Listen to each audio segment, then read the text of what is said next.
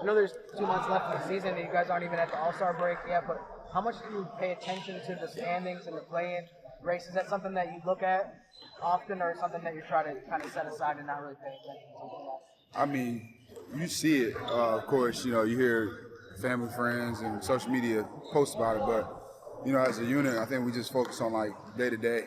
It would be crazy to say we don't pay attention to it, but the reality is we see it, but we focus on, I think our focus is so, important for us to, win what games in front of us and, what it's going to take to get those wins. I think it's kind of like it is a bit of a blur because we're just so focused on getting a win right now. No, obviously, you had a guy like CJ and Tony into the mix. It throws a lot of lineups out of whack, including the benching units and how you guys are coming on. How does being at home through this 6-game stretch help you guys try to get through things by being kind of here every day and being able to do film and all that kind of stuff every day?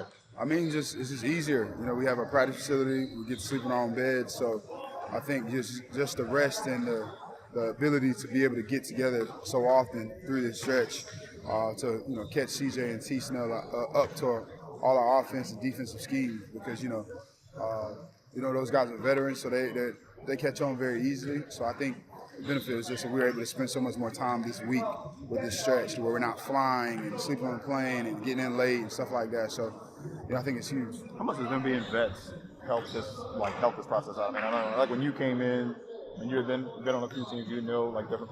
How much does that help a guy when they're thrown into a situation in the middle of a year like that? So it's huge because you've already been through the process, or how the game is played.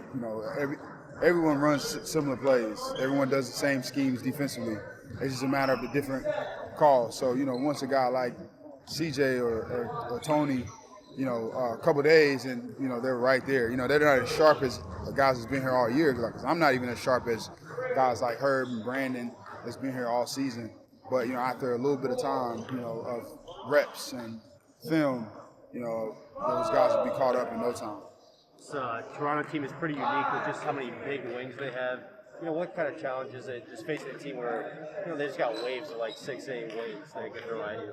I think the biggest thing is trying to take away what they do well, which is they turn you over and they offensive rebound. So we can take care of the ball and keep them off the offensive glass, and I think we give ourselves a chance. And they give up a lot of threes, so it's certain things that you look statistically and you can see okay, what can we do, what can't we do? Were you disappointed by the outcome of the football game yesterday?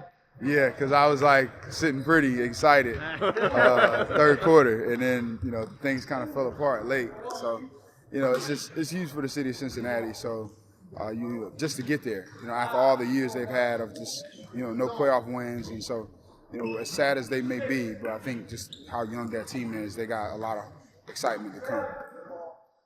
Thank you. Good man.